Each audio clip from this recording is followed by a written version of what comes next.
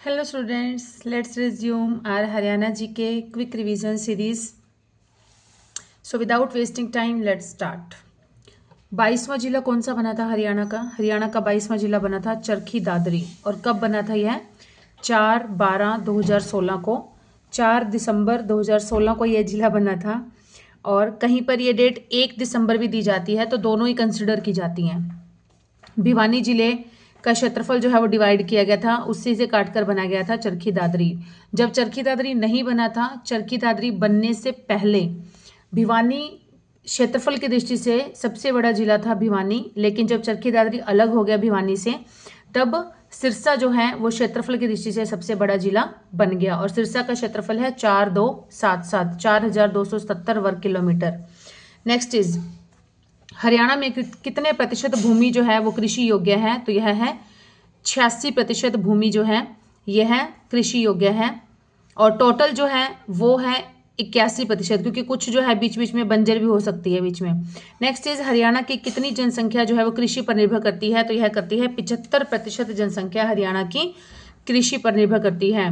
Next Haryana Kesari जो पत्रिका है उसका संचालक किसने किया? तो उसके संचालक थे हमारे बनारसी दास गुप्ता। 1958 में इन्होंने किया था। ये हरियाणा के सीएम भी रह चुके हैं, मुख्यमंत्री भी रह चुके हैं, बनारसी दास गुप्ता। इसका संपादक कहाँ से होता है? इसका संपादक जो होता है वो भिवानी से किया जाता है। हिस्ट्री ऑफ हरियाणा ये पुस्तक है, या हरियाणा का इतिहास भी पूछ लिया जाता है। इंग्लिश में हिस्ट्री ऑफ हरियाणा, हिंदी में होगा हरियाणा का इतिहास। तो इस पुस्तक के लेखक कौन है? इस पुस्तक के लेखक हैं Pandit Shriram Sharma. Next is NIAG national institute of animal genetic.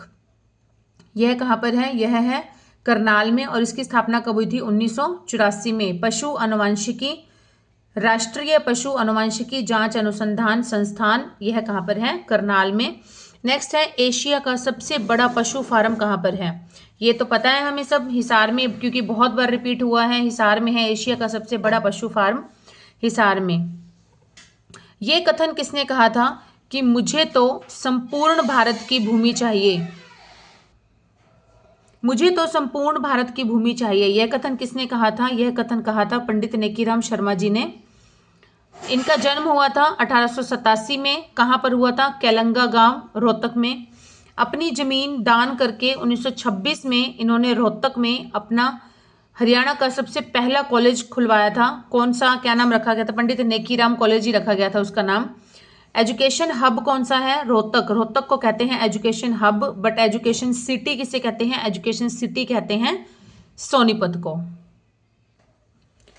Chaudhary Chhotu Ram का जन्म कब और कहां हुआ था? यह हुआ था 24 नवंबर 1881 को गढ़ी सांपला गांव में, जो कि झज्जर जिले में है। झज्जर जिले के गढ़ी सांपला गांव में हुआ था 24 नवंबर 1881 को। चौधरी छोटू राम जी को, इनका बचपन का नाम था रिचपाल, और इन्होंने दिल्ली के सेंट स्टीफन कॉलेज से लॉ की डिग्री ग्रेजुएशन की थी, और लॉ की डिग्री जो की थी वो की थी आगरा कॉलेज से। और इन्हें किसानों का मसीहा भी कहा जाता है। और जाट गजट जो समाचार पत्र है वो भी किसके द्वारा निकाला गया था? चौधरी छोटू राम जी के द्वारा निकाला गया था। यूनियनिस्ट पार्टी की स्थापना की गई थी इन्हीं के द्वारा, यूनियनिस्ट पार्टी की स्थापना। नेक्स्ट है देश की पहली डिजिटल रैली, ये कहां पर लगी थी? ये बनी थी फरीदाबाद में। फारूक नगर में रेलवे लाइन का उद्देश्य क्या था? फारूक नगर में जो रेलवे लाइन बिछाई गई थी जिस समय, उसका उद्देश्य क्या था? तो इसका उद्देश्य था 1865 में यहाँ पर राजपुताना रेलवे लाइन बिछाई गई थी, और इसका उद्देश्य था नमक ढोने के पर्पज से ही इस लाइन को बिछाया गया था 1865 में। नेक्स्ट है 11 जनवरी 1956 को कुरुक्षेत्र यूनिवर्सिटी कुरुक्षेत्र की स्थापना की गई थी, और 1950 में इसकी नींव रखी गई थी। और इसका उद्घाटन किसके द्वारा किया गया था? इसका उद्घाटन किया गया था डॉक्टर राजेंद्र प्रसाद जी के द्वारा उद्घाटन किया गया था इसका। कुरुक्षेत्र यूनिवर्सिटी की शुरुआत की गई थी, सिर्फ एक विभाग से हुई थी उस समय, संस्कृत विभाग से। नेक्स्ट है ये सपना किसका था? ये जो सपना था, ये ख्वाहिश थी पंजाब के राज्यपाल चंद्रशेखर प्रसाद नारायण सिंह का सपना था और ये 400 एकड़ में इसे बनाया गया था। नेक्स्ट इज कुरुक्षेत्र यूनिवर्सिटी की शुरुआत, ये मैंने बताई दी आपको, संस्कृति विभाग से हुई थी। कुरुक्षेत्र की चीनी मिल को राष्ट्रीय स्तर का प्रथम पुरस्कार मिला है। कुरुक्षेत्र की जो चीनी मिल है उसे राष्ट्रीय स्तर का प्रथम पुरस्कार मिला है और यह कब मिला है? 21 सितंबर 2008 को मिला है। और यह मिल है कहाँ पर? लाडवा में है, कुरुक्षेत्र के लाडवा में है चीनी मिल। करनाल की शुगर मिल, इसे 2021 में मिला है। करनाल की जो शुगर मिल है इसे 2021 में राष्ट्रीय स्तर का प्रथम पुरस्कार मिला है। अहीर हितैषी समाचार पत्र, ये कहाँ से निकाला गया था? ये निकलता था रेवाड़ी से। अहीर हितैषी समाचार पत्र निकलता था रेवाड़ी से। अहीर वंश का संस्थापक कौन था? तो यह था रूड़ा सिंह। और उसके बाद कौन बना था? राम सिंह। उनके बाद बना था शाहबाद सिंह और उनके बाद बना था नंदराम। ठीक है, अहीर वंश का संस्थापक जो था वो था रूड़ा सिंह, उसके बाद राम सिंह, देन शाहबाद सिंह और देन नंदराम। रूड़ा सिंह ने हुमायूं की सहायता की थी और इनका बेटा था राम सिंह। राम सिंह जो था वो अकबर का समकालीन था। हुमायूं का एक युद्ध हुआ था, मच्छीवाड़ा का युद्ध। शेर शाह सूरी के बेटे आदिल शाह के साथ लड़ा गया था और आदिल शाह का प्रधानमंत्री कौन था उस समय? हेमचंद्र हुआ करता था। नेक्स्ट है राम सिंह के शासनकाल में, अकबर के शासनकाल में आसपास के इलाके में जो डाकू होते थे वो राम सिंह ने अकबर की उस समय सहायता की थी, डाकुओं से सहायता की थी। गढ़बोली जो गांव है वहां से अपनी राजधानी रेवाड़ी ट्रांसफर की थी। किसने की थी? नंदराम ने। रेवाड़ी में नंद सागर बनवाया गया था नंदराम के नाम पर। रेवाड़ी में है धारूहेड़ा जो कि नंदराम ने बसाया था। रेवाड़ी में जो धारूहेड़ा गांव है वो किसने बसाया था? वो बसाया था नंदराम ने। अहीर वंश का संस्थापक किसे कहा जाता है? ये भी नंदराम को कहा जाता है। नेक्स्ट है भिवानी मिल जो है BTM, भिवानी टेक्सटाइल मिल, जिसकी स्थापना 1937 में की गई थी। भिवानी मिल में बना हुआ जो कपड़ा और जो धागा बनता है वो अरब देशों में एक्सपोर्ट किया जाता है। BTM भिवानी टेक्सटाइल मिल, इसकी स्थापना की गई थी 1937 में और किसके द्वारा की गई थी? जगदीश सिंह के द्वारा। NH1 को हरियाणा में करनाल से शाहबाद यातायात के लिए खोला गया था। कब खोला गया था? सितंबर 1998 में खोला गया था। हरियाणा में भारी वाहन चालक संस्थान जो है, चालक प्रशिक्षण संस्थान, वो कहाँ पर है? वह है मुरथल सोनीपत में है और इसे राज्य परिवहन का वर्कशॉप भी कहते हैं। राज्य परिवहन की वर्कशॉप भी कहाँ पर है? ये भी मुरथल सोनीपत में है। कैरू नामक जो खंड है ये कौन से जिले में आता है? ये आता है भिवानी। और कैरू भिवानी में क्या है? चिंकारा प्रजनन केंद्र है, चिंकारा प्रजनन केंद्र। नेक्स्ट है औपचारिक शिक्षा न मिलने पर भी किस लोक गायक पर रिसर्च की गई और कौन से हैं वो हैं लक्ष्मीचंद। मतलब लक्ष्मीचंद ने कोई फॉर्मल एजुकेशन, जैसे स्कूलों में जाना, कॉलेजों में जाना, इस तरह की किसी भी टाइप की फॉर्मल एजुकेशन इन्होंने प्राप्त नहीं की थी। ये बिल्कुल अनपढ़ थे, लेकिन फिर भी आज इन पर जो है रिसर्च की जाती है।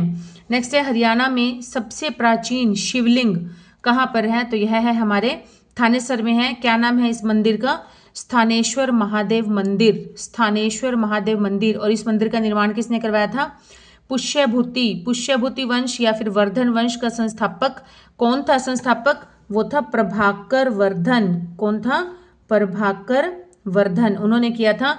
और 580 में इन्होंने गद्दी सिंहासन पर बैठे थे। 580 में इनका शासन स्टार्ट हुआ था, 580 ईस्वी में। ठीक है, ये हर्षवर्धन के पिता थे। हर्षवर्धन के बारे में पढ़ा है ना हमने, जिनकी राजधानी थी थानेसर। प्रभाकर वर्धन की भी राजधानी थानेसर ही थी। पुष्यभूति के गुरु का क्या नाम था? इनके गुरु का नाम था भैरवाचार्य। पुष्यभूति के गुरु थे भैरवाचार्य। तो इन्होंने क्या किया था? शमशान में गए थे, शमशान में जाकर 1 लाख जाप किए थे। किसके? महादेव के। महादेव के 1,00,000 मंत्रों का जाप किया था। और उनके गुरु जो थे पुष्यभूति वंश के, मतलब जो प्रभाकर वर्धन थे, इनके गुरु थे। गुरु ने उन्हें एक तलवार दी थी, उसका नाम था अट्टाहस नामक एक तलवार दी थी। और उन्होंने फिर क्या किया था, जाप से खुश होकर देवी जब 1,00,000 जाप किए तो जाप से खुश होकर जब देवी प्रकट हुई और उसे वरदान दिया, क्या कहा देवी ने कि तुम एक वंश की स्थापना करोगे और तुम्हारे वंश का एक ऐसा राजा होगा जो कि बहुत ही चक्रवर्ती सम्राट बनेगा। इस तरह का वरदान प्रभाकर वर्धन जी को दिया गया था देवी के द्वारा। बहुत ही बलशाली राजा होगा। और हर्षवर्धन जो उनका पोता हुआ तो वो एक ऐसा ही राजा बना। स्थानेश्वर जो महादेव मंदिर था, इसका शिवलिंग जो था वो महमूद गजनवी आया था जब यहाँ पर, तो इसे उठा कर ले गया था। स्वामी दयानंद सरस्वती ने हरियाणा में प्रथम आर्य समाज की प्रथम शाखा खोली। कहाँ पर खोली थी? रेवाड़ी में खोली थी। और जब स्वामी दयानंद सरस्वती पहली बार वापस आए थे तो रेवाड़ी में उन्होंने सबसे पहला काम क्या किया था? गौशाला का निर्माण करवाया था। भारत में 1875 में आर्य समाज की शाखा खुली थी और हरियाणा में 1880 में खुली थी। भारत में 1875 में और हरियाणा में 1880 में। स्वामी जी जब रुड़की जा रहे थे तो ट्रेन चेंज करने के लिए 1878 में जा रहे थे जब रुड़की, तो 10 मिनट के लिए वहाँ पर रुके थे। और स्वामी जी हरियाणा में पहली बार 1878 में अम्बाला आए थे और दूसरी बार 1880 में आए थे। मतलब पहली बार जो अम्बाला आए थे वो सिर्फ यही ट्रेन चेंज करने के लिए 10 मिनट तक ही वहाँ पर रुके थे। तो कई बार अगर अम्बाला आ जाता है ऑप्शन में, अगर ऐसा क्वेश्चन बनता है कि स्वामी दयानंद सरस्वती जी हरियाणा में पहली बार कब आए थे, तो हरियाणा में पहली बार अगर ऑप्शन में अम्बाला है तो अम्बाला ही करेंगे, क्योंकि अम्बाला में वो रुके थे।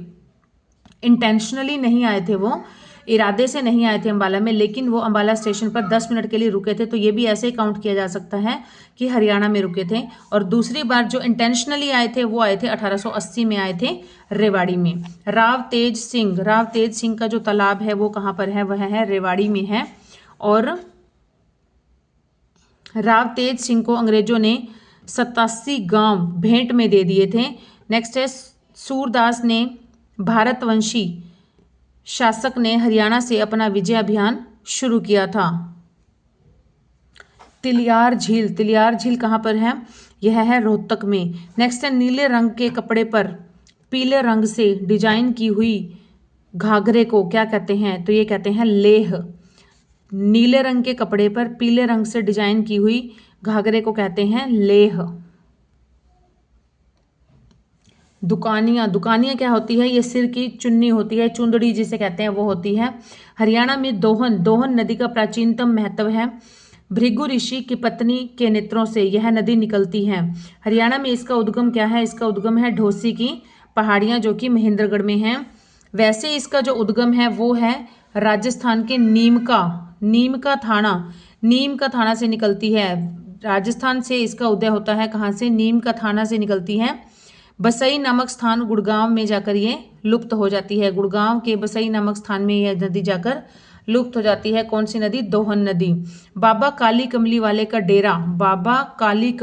का डेरा यह कहाँ पर है? यह है कुरुक्षेत्र में है। स्वामी विशुद्धानंद जी ने बनवाया था। नेक्स्ट है गणेश चतुर्थी जो है वो भाद्रपद की शुक्ल पक्ष की चतुर्थी को मनाई जाती है, गणेश चतुर्थी।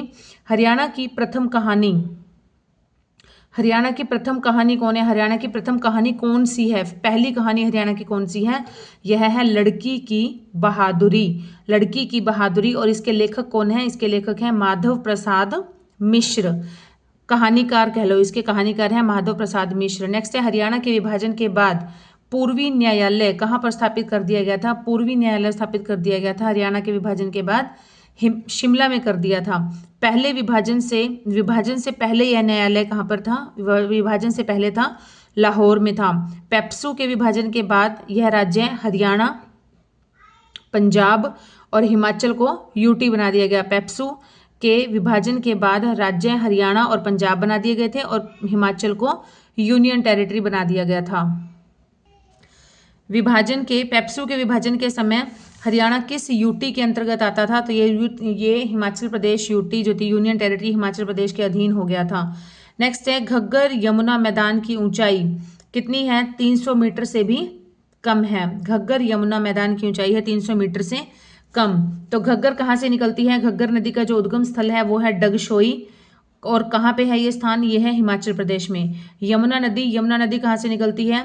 ये निकलती है उत्तराखंड के चंपासर ग्लेशियर से और हरियाणा में ताजेवाला से प्रवेश करती है। और यह जो यमुना नदी का उद्गम स्थल है यह है यमुनोत्री हिमखंड से है इसका उद्गम स्थल। नेक्स्ट है हरियाणा में किसान आयोग का गठन कब किया गया था?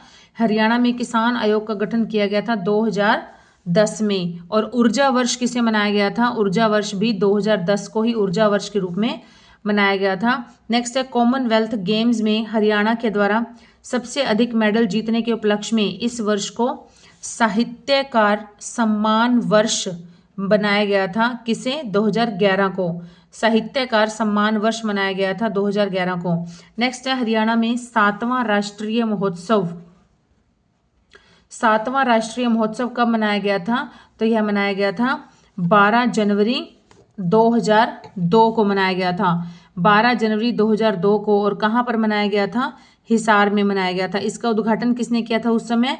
उस समय उद्घाटन किया गया था कृष्णकांत जी के द्वारा। नेक्स्ट है हरियाणवी सिनेमा या हरियाणवी इतिहास की पहली फिल्म कौन सी है? तो यह है हरफूल सिंह जाट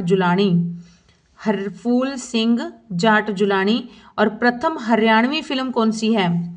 प्रथम हरियाणवी फिल्म है धरती, जो कि 1968-69 में आई थी।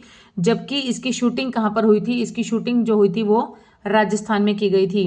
नेक्स्ट है प्रथम सफल हरियाणवी फिल्म कौन सी है? सफलतम सबसे अधिक सफल हरियाणवी फिल्म कौन सी रही है? वह रही है चंद्रावल।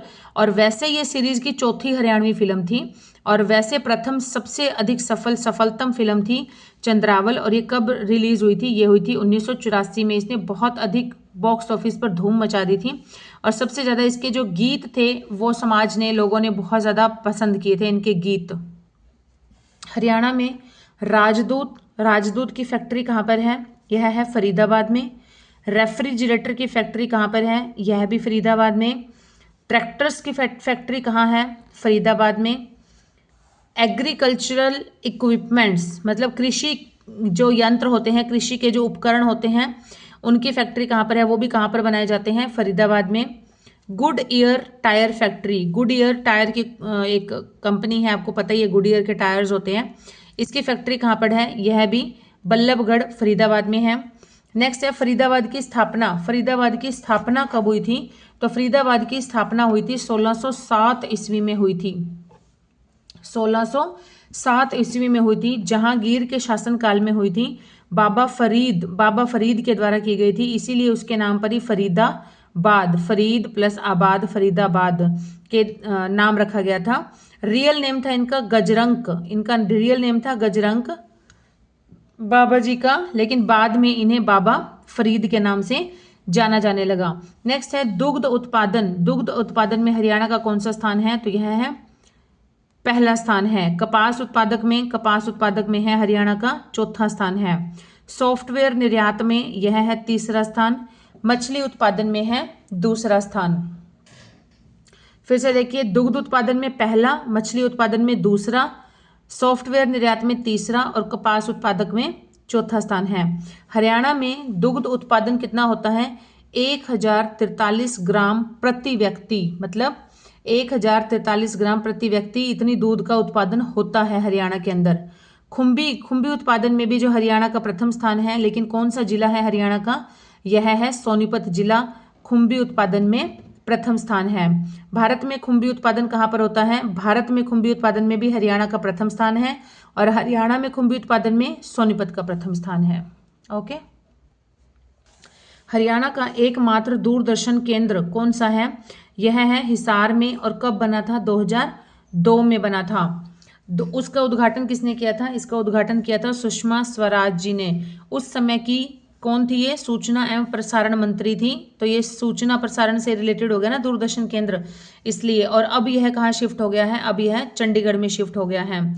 अपने प्रतिद्वंदी को हराकर 2 बार लगातार हराकर भारत केसरी व हिंद केसरी का खिताब जीता था। किसने जीता था?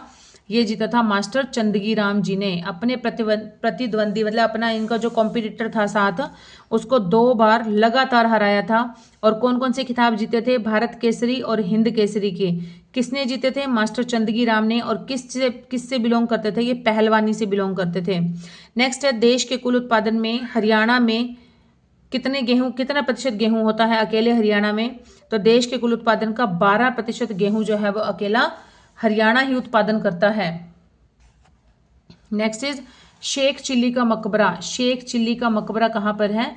तो शेख चिल्ली का जो मकबरा है ये है हमारा थानेसर कुरुक्षेत्र में स्थित है। कहां पर? थानेसर कुरुक्षेत्र में स्थित है। और यह किसने बनवाया था? यह इमारत बनवाई थी शाहजहां ने बनवाई थी। शाहजहां ने बनवाई थी। और यह लाल पत्थर से बनी हुई है, लाल रंग के पत्थर से बनी हुई है। शाहजहां के गुरु थे शेख चिल्ली। शाहजहां के धर्म गुरु थे शेख चिल्ली। तो उन्हीं की याद में ही शाहजहां ने अपने गुरु की याद में ही शेख चिल्ली का मकबरा बनवाया था। और इसे हरियाणा का ताजमहल कहा जाता है। किसे कहा जाता है? शेख चिल्ली के मकबरे को हरियाणा का ताजमहल कहा जाता है। नेक्स्ट है 9 गजा की मजार। 9 गजा की मजार यह कहाँ पर है? यह है शाहाबाद अंबाला में है। शाहाबाद अंबाला के में है। और ऐसे कहा जाता है कि वहां पर मन्नत पूरी करने के लिए घड़ी चढ़ाई जाती है। ऐसा क्वेश्चन भी बना था कि ऐसी कौन सी मजार है जहां पर मन्नत पूरी होने पर घड़ी चढ़ाई जाती है? तो वह है पीर 9 गजा की मजार, जो कि है शाहाबाद अंबाला में है। गुजरी महल। गुजरी महल को ताजमहल की फूहड़ नकल कहा जाता है। ताजमहल की फूहड़ नकल किसे कहा जाता है? गुजरी महल को कहा जाता है। और यह काले रंग के पत्थर से बनाया गया है। किसने बनवाया था? फिरोज शाह तुगलक ने बनवाया था। और इनकी पत्नी थी गुजरी, पत्नी भी थी, प्रेमिका भी थी। ये एक्चुअल में एक दूध बेचने वाली थी। ये जो गुजरी थी दूध बेचा करती थी। तो एक बार फिरोज शाह तुगलक जा रहे थे कहीं शिकार करने, तो इनको चक्कर आ गया, गर्मी थी बहुत, और चक्कर खाकर ये गिर गए। तो उधर से एकदम से गुजरी जो थी वो दूध बेचकर आ रही थी, तो उसने देखा कि कोई गिरा हुआ है, राजा सम्राट कोई गिरा हुआ है। तो उसने पानी, जैसे पानी था उसके पास, तो उसने पानी की छींटे लगाए और एकदम से उनको होश आ गया। तब से वो मतलब उनको जब भी शिकार करने जाते थे तो उसको वहां पर मिलने जाते थे, मिलकर आते थे। और ऐसे यूं ये सिलसिला बढ़ता गया और धीरे धीरे उनमें प्यार हो गया। और उसके बाद फिर जब उन्होंने शादी करना चाहा तो शादी करने से गुजरी ने शादी करने से मना नहीं किया, लेकिन शादी करके उसके साथ जाने से मना कर दिया। तो इसलिए इन्होंने क्या किया, वहां पर ही गुजरी महल बनवा दिया था, उसी के नाम से ही गुजरी महल बनवा दिया था। तो इसी गुजरी महल को ताजमहल की फूहड़ नकल कहा जाता है। तो यह उन्होंने अपनी प्रेमिका या अपनी पत्नी जो भी थी उसकी याद के लिए बनवाया था। तो ये भी एक प्रेमिका के लिए बनवाया गया था। और जो ताजमहल है हमारा आगरा का, वो भी एक प्रेमिका के लिए बनवाया गया था, मुमताज महल के लिए। इसलिए ही इसे फूहड़ नकल कहा जाता है। हरियाणा में चोर गुबंद कहाँ पर है? यह है नारनौल में। इसे ज्ञानी चोर की बावड़ी भी कहा जाता है। जमाल खां का मकबरा है, ये सूफी संत थे, इनकी नारनौल में डेथ हो जाती है, इसलिए ही नारनौल में इनका मकबरा है। इसे ही गुबंदनुमा इमारत है। चोरों की बावड़ी या फिर ज्ञानी चोर की बावड़ी, चोरों की बावड़ी या ज्ञानी चोर की बावड़ी, ये कहां पर है? यह है महम रोहतक में है। महम रोहतक में है। और यह कब बनाई गई थी? यह बनवाई थी 1657 में बनाई गई थी। नेक्स्ट इज शाहजहां के शासनकाल में बनवाई गई थी। कब बनवाई गई थी? शाहजहां के शासनकाल में। नेक्स्ट है 1909 में अंबाला जिले के उपायुक्त थे, डीसी थे। डीसी के बंगले पर बम फेंक दिया गया था 1909 में। तो 1907 में क्या मतलब यह है कि अंबाला जिले के उपायुक्त या अंबाला जिले के डीसी के बंगले पर बम कब फेंका गया था? तो यह फेंक दिया गया था 1909 में। 1907 में क्या हुआ था? 1907 में लाला लाजपत राय और भगत सिंह के चाचा जो थे अजीत सिंह, इनको गिरफ्तार करके मांडले जेल में भेज दिया गया था, देश निकाला दे दिया गया था। उनको जेल से छुड़वाने के लिए युवा साथियों ने डीसी के बंगले पर बम फेंक दिया गया था अंबाला में। अंबाला जो था वो अंग्रेजों का गढ़ हुआ करता था, मतलब बहुत अधिक संख्या में अंग्रेज जो थे वो अंबाला में ही रहते थे। तो 1909 में मार्लेमिंटो सुधार का आरंभ हो गया था। और शिव शंभू के चिट्ठे लिखे गए थे, ये किसने लिखे थे? ये लिखे थे बाल मुकुंद गुप्त ने लिखे थे शिव शंभू के चिट्ठे। गुड़गांव का नाम बदलकर गुरुग्राम रखा गया था, कब रखा गया था? 12/4/16 को। मेवात का नाम नूह रख दिया गया था, कब रखा था? ये भी 12/4/16 को ही मेवात का नाम बदलकर नूह कर दिया गया था। और 4/12/16 को चरखी दादरी एक नया जिला बन गया था, चरखी दादरी। और ये किससे अलग होकर बना था? ये बना था भिवानी से अलग होकर बना था। नेक्स्ट है प्रसिद्ध जैन साहित्यकार भगवत दास हरियाणा के कौन से जिले से संबंध रखते थे? तो इनका संबंध था हरियाणा के अंबाला जिले से। नेक्स्ट है हरियाणा में मिट्टी के तेल से वैट, वैट मतलब वैल्यू एडिड टैक्स कब खत्म कर दिया गया था? तो यह खत्म कर दिया गया था 2011-12 में खत्म कर दिया गया था। हरियाणा का पहला शहर जो कि कैरोसिन मुक्त किया गया, तो यह कौन सा था? यह था चंडीगढ़। नेक्स्ट है अमानत एक शहीद, अमानत एक शहीद, इसके रचनाकार कौन है? इसके रचनाकार हैं कृष्ण बाछल, कृष्ण बाछल। चरखी दादरी में विमान दुर्घटना कब हुई थी? 1996 में हुई थी और लगभग 346 व्यक्तियों की मृत्यु हो गई थी। महात्मा गांधी विद्युत तापीय योजना, महात्मा गांधी विद्युत तापीय योजना यह कहां पर है? यह है झज्जर में। इंदिरा गांधी विद्युत तापीय योजना ये कहाँ है? ये भी है झज्जर में। हरियाणा में says SEZ special economic zone की स्थापना कब की गई थी? तो 2007 में की गई थी। और कहाँ पर है ये? हरियाणा में मानेसर में है। 5000 एकड़ में फरीदाबाद में इसकी स्थापना हो रही है, 5000 एकड़ में। चरखी दादरी में किस स्थान पर ग्रेनाइट पत्थर पाया जाता है? तो यह पाया जाता है देलहड़ी, ये है रिवासा निंगाणा कला में पाया जाता है। नेक्स्ट है अनुसूचित जाति के खिलाड़ियों को खेलों में प्रोत्साहन देने के लिए कौन सी योजना चलाई गई है? ये चलाई गई है fair play scholarship, fair play scholarship. Next है अकायदे अजीम नामक हरियाणवी गद्य पुस्तक, अकायदे अजीम नामक हरियाणवी गद्य पुस्तक के लेखक कौन हैं?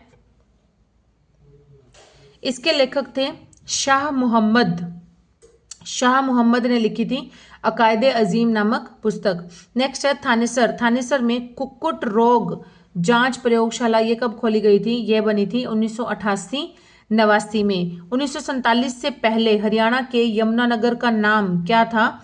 हरियाणा के यमुनानगर का नाम था अब्दुल्लापुर मंडी, अब्दुल्लापुर मंडी था हरियाणा के यमुनानगर का नाम।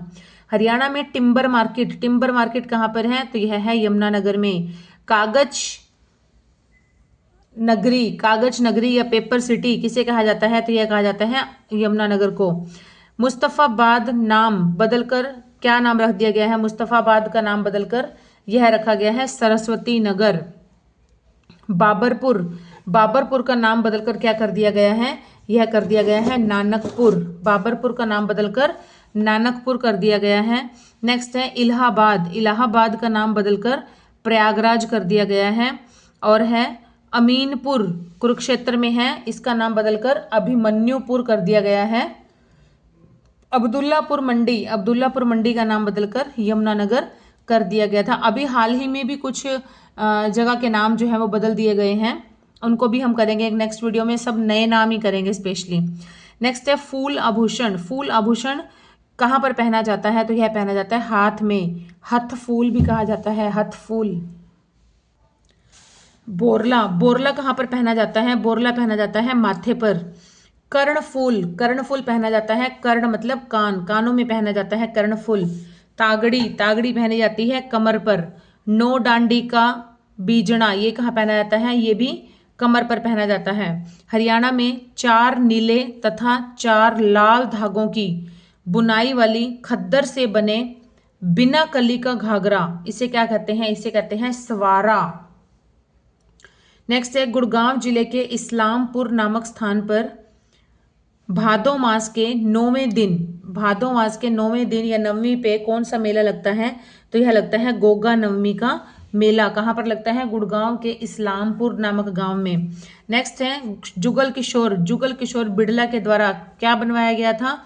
यह बनवाया गया था बिड़ला मंदिर, बिड़ला मंदिर। और कहाँ पर है ये बिड़ला मंदिर? यह है कुरुक्षेत्र में है बिड़ला मंदिर। नेक्स्ट है हरियाणा में दाऊ जी का मंदिर। दाऊ जी का मंदिर कहाँ है? यह है पंचारी गांव पलवल में। पंचारी, वंचारी भी आता है कहीं पर लिखा हुआ, गांव पलवल में है। पलवल का पुराना नाम क्या था? पलवल का पुराना नाम था पलवासुर। पलवासुर ने इसकी संस्थापना की थी। और पलवासुर का वध किसने किया था? बलराम जी ने किया था, जो कि कृष्ण जी के बड़े भाई थे, दाऊ जी जिन्हें कहा जाता है।